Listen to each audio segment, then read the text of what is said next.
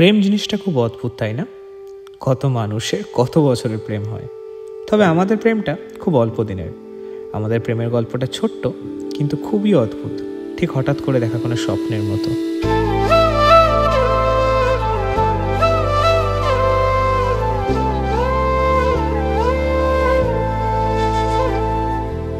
জীবনে দুটো আঘাত পাওয়া মানুষ, যারা ঠিক করেছিল কোনোদিনও প্রেম বা বিয়ে কোনোটাই করবে না, তাদের হঠাৎ করে দেখা হয়। তারপর তারা ঠিক করে দুজন দুজনের হাত ধরে সারাটা জীবন থাকবে। আজ আমি আমাদের গল্পটা বলবো। নেদারল্যান্ডস, ক্যানাল টিউলিপ উইন্ডমিলে ঘেরা ইউরোপের ছোট্ট একটা দেশ। আমার ছোটবেলা থেকে ইচ্ছে ছিল গোটা পৃথিবী ঘুরবো একদিন। সেই অনুযায়ী পড়াশোনা মিটিয়ে অনেক স্বপ্ন নিয়ে পাড়ি দিলাম নেদারল্যান্ডসে গবেষণার জন্য। এখন আমি প্রচুর ঘুরে বেড়াই আর সবাইকে নিয়ে হই হুল্লোড় করে বেড়াই। আর প্রেম বিয়ে তো নইব ওসব থেকে নিজেকে দূরেই রাখতাম। এবার আসি পৃথিবীর আর এক প্রান্ত, কলকাতা, যেখানে আমার গল্পের নায়িকা থাকে। ওর নাম ব্রহ্মপ্রিয়া। খুব সুন্দর না নামটা? ছোট্ট একটা ফ্ল্যাটে মা আর মেয়ে দুজনের সংসার। রোজ 10টা-5টা অফিস থেকে বাড়ি ফিরে বাজার করে একটু মায়ের সাথে সময় কাটিয়ে আবার পরের দিন অফিস। আমি যেমন খুব এক্সট্রোভার্ট, অনেক বন্ধু বান্ধব, ও খুব ইন্ট্রোভার্ট, খুব ছোট্ট দুনিয়ার হাতে গোনা কিছু বন্ধু বান্ধব। তবে হ্যাঁ, একটা মিল আছে, দুজনেই খুব কুকুর ভালোবাসি। ও ভেবেছিল আমার মতো কখনো বিয়ে টিয়ে করবে না, এভাবে বাকি জীবনটা কাটিয়ে দেবে। কিন্তু পিকচার আবি বাকি এ বস, কার জীবনে কখন কি ঘটবে কিচ্ছু বলা যায় কি?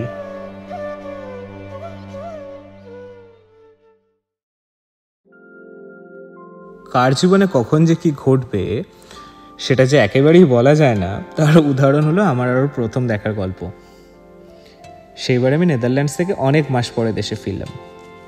বাড়িতে ফিরে যদিও বেশি দিন থাকতে পারিনি, আমাদের একটা বিয়েবাড়ির ইনভিটেশন রয়েছে। আর মায়ের সাথে যেহেতু আমি বহুদিন কোনো বিয়েবাড়ি যাইনি, তাই এবারে আমাকে যেতেই হবে। আর মায়ের আবদার, ফেলবো কী করে? সেই দিন মা বাবা সকালেই বিয়েবাড়ি চলে গিয়েছিল। আমি সন্ধেবেলা একলাই চললাম বিয়েবাড়ি। কিছুটা রাস্তা ভালো গেলাম বটে, তারপরে শুরু হলো মারাত্মক ট্রাফিক জ্যাম। কোনো একটা সিগনালে গাড়ি বহুক্ষণ দাঁড়িয়ে, কিছুটা গাড়ি এগোচ্ছে আর গাড়ি আবার থেমে যাচ্ছে। আর এই সিগনালেই যে আমার জীবনে এত বড় একটা ঘটনা ঘটে যাবে সেটা কখনো ভাবতে পারিনি।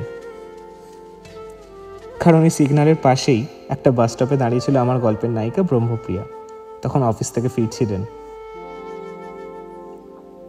তার আগে বলি, ব্রহ্মপ্রিয়া আমার ফেসবুকে বহুদিন ধরে ছিল। কোনোদিনও একটাও কথা বলিনি, যেহেতু নামটা খুব ইউনিক তাই চিনতাম। ওই সিগনালে আমার গল্পের নায়িকাকে আমি প্রথমবার দেখলাম।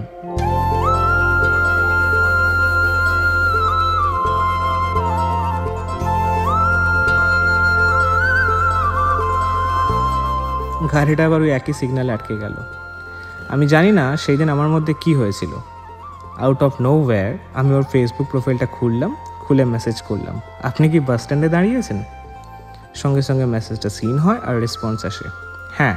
আপনি কি করে জানলেন? খুব অকওয়ার্ড সিচুয়েশন হবে জেনেও আমি মেসেজ করলাম, ওয়েট আমি আসছি। আমার মধ্যে সেদিন কি হয়েছিল আমি জানি না। এত ডেসপারেট হওয়াটা উচিত হবে কিনা সেটা একবারও মাথাতেও আসেনি। গাড়িটা সিগনালে তখনও দাঁড়িয়েছিল। আমি গাড়ি থেকে নেমে গেলাম। জাস্ট ফর্মাল হাই হ্যালো, কোথায় যাচ্ছি, কোথায় থাকি, এটুকুই। সব মিলিয়ে 1 মিনিটও না। ব্যাস, সিগন্যাল ছেড়ে দিল, আমি চলে এলাম। এবারে আসে আর একটা ঘটনায়। তার থেকে 1-1.5 মাস পরের ঘটনা হবে। মাঝে অবশ্য ওর সাথে 2-1 বার কথা হয়েছিল টুকটাক। সেদিনকে আমি বাড়ি ফিরছিলাম। এক্সাইটের কাছে ওকে আমি আবার দেখতে পাই। আমি তো অবাক, কলকাতায় এত বন্ধু বান্ধব, কারোর সাথে রাস্তাঘাটে এভাবে হঠাৎ করে দেখা হয় না। এদিকে একই মানুষের সাথে বারবার দেখা কিভাবে সম্ভব আমি জানি না। যাই হোক, আমি রাস্তা পেরিয়ে কোনো রকমে ওপারে গিয়ে একগাল হেসে সামনে গিয়ে দাঁড়ালাম। আমাকে দেখে বললো, এ কি, আপনি এখানে কি করছেন? দাঁড়িয়ে দাঁড়িয়ে গল্প করতে করতে কখন বাস স্ট্যান্ডে যে বসে আমরা গল্প শুরু করলাম সেটা আমরা জানি না। যেন কোনো পুরনো বন্ধুর সাথে হঠাৎ দেখা। আমি বললাম, চলুন নন্দনে যাই। সেদিন বেশ গল্প হলো। প্রথম দিন হঠাৎ দেখা হয়ে কথা না বলে যে আক্ষেপটা ছিল না, পুরোপুরি যেন ভ্যানিশ হয়ে গেল। আমাকে তো বাড়ি ফিরতে হবে সেটাই আমি ভুলে গিয়েছিলাম। সেদিন দুজনে একসাথে তারপর বাস ধরে বাড়ি ফিরলাম। এরপর আসে আর একটা ঘটনায়। কিছুদিন পর ওর একটা বিয়ে বাড়ি পড়লো। কোথায় বলুন তো? বাগনানে, আমার এলাকায়, আমার পাড়ায়। আমি তো ভীষণ খুশি। ওকে সেদিন প্রথমবার শাড়িতে দেখলাম, কালো শাড়ি। ওকে দেখা মাত্রই আমি নার্ভাস হয়ে গিয়েছিলাম, এতটাই নার্ভাস যে আমার হাত থেকে হেলমেটটাই পড়ে গিয়েছিল।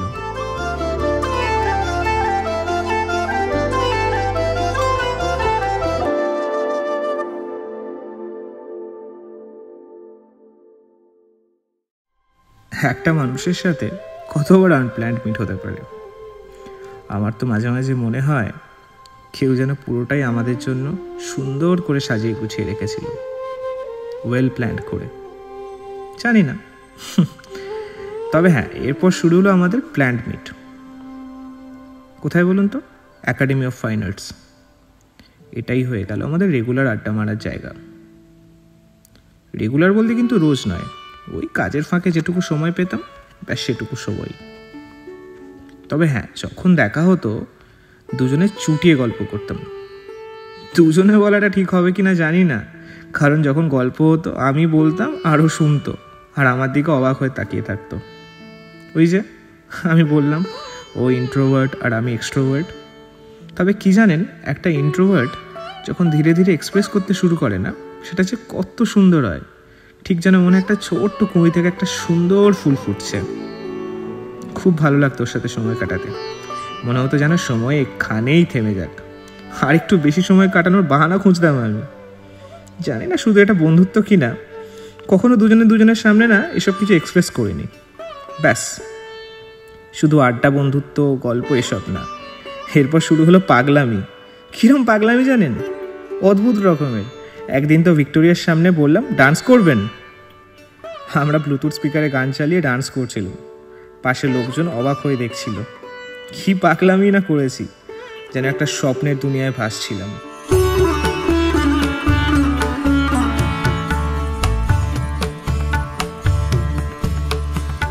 কোনোদিনও কখনো কারোর সাথে এই পৃথিবীতে আমি এরকম ফিল করিনি। কিন্তু এই স্বপ্নের দুনিয়াটা যে হঠাৎ করে শেষ হয়ে যাবে আর কোনোদিনও ফিরবে না জীবনে, সেটাও রিয়েলাইজ করলাম যখন আমাকে এই কলকাতা ছেড়ে পৃথিবীর আরেক প্রান্তে চলে যেতে হবে আর কিছুদিন পর। বলে দিলাম মনের কথা। ওসব প্রেম টেম করতে চাই বা রিলেশনশিপে আসতে চাই, কোনোটাই আমি কিন্তু বলিনি। আমি সোজা বিয়ের প্রপোজাল দিলাম। প্রেম তো বিয়ের পরেও করা যায়, তাই না?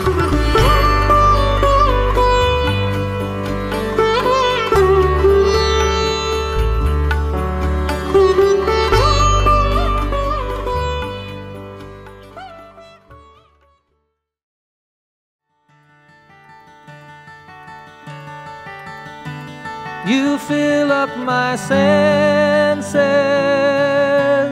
like a night in a forest, like the mountains in springtime, like a walk in the rain, like a storm in the desert, like a sleepy blue ocean. এখন আমরা দুজনে মিলে স্বপ্ন সাজাচ্ছি আগামী দিনে একসাথে পথ চলার জন্য, আর সেটা সত্যি হতে চলেছে খুব শীঘ্রই। আমাদের বিয়ে কবে বলুন তো? আর হাতে গোনা কয়েকটা দিন বাকি মাত্র। এটা ভেবে এখন ভালো লাগে যে এত বড় পৃথিবীতে এত কোটি কোটি মানুষের ভিড়ে একটা মানুষ আছে যে শুধুমাত্র আমার। এই যে আমাদের পাকা দেখার ভিডিও বন্ধুরা তুলেছিল। এরপরে নিজেরাই গেলাম বিয়ে বাড়ির হল খুঁজতে স্কুটি করে।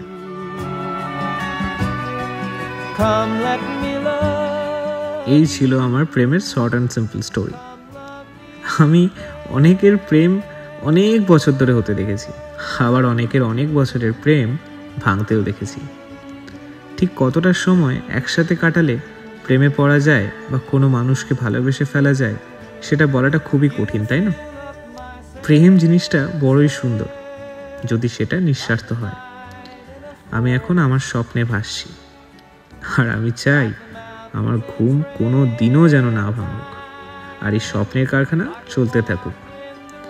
এই ছিল আমার গল্প। ওই যে গল্পের শুরুতে বলেছিলাম, কার জীবনে কিভাবে প্রেম আসবে কেউ বলতে পারবে না, আমার গল্পটাও ঠিক সেই রকমই ছিল, ছোট্ট কিন্তু অদ্ভুত। You fill up my senses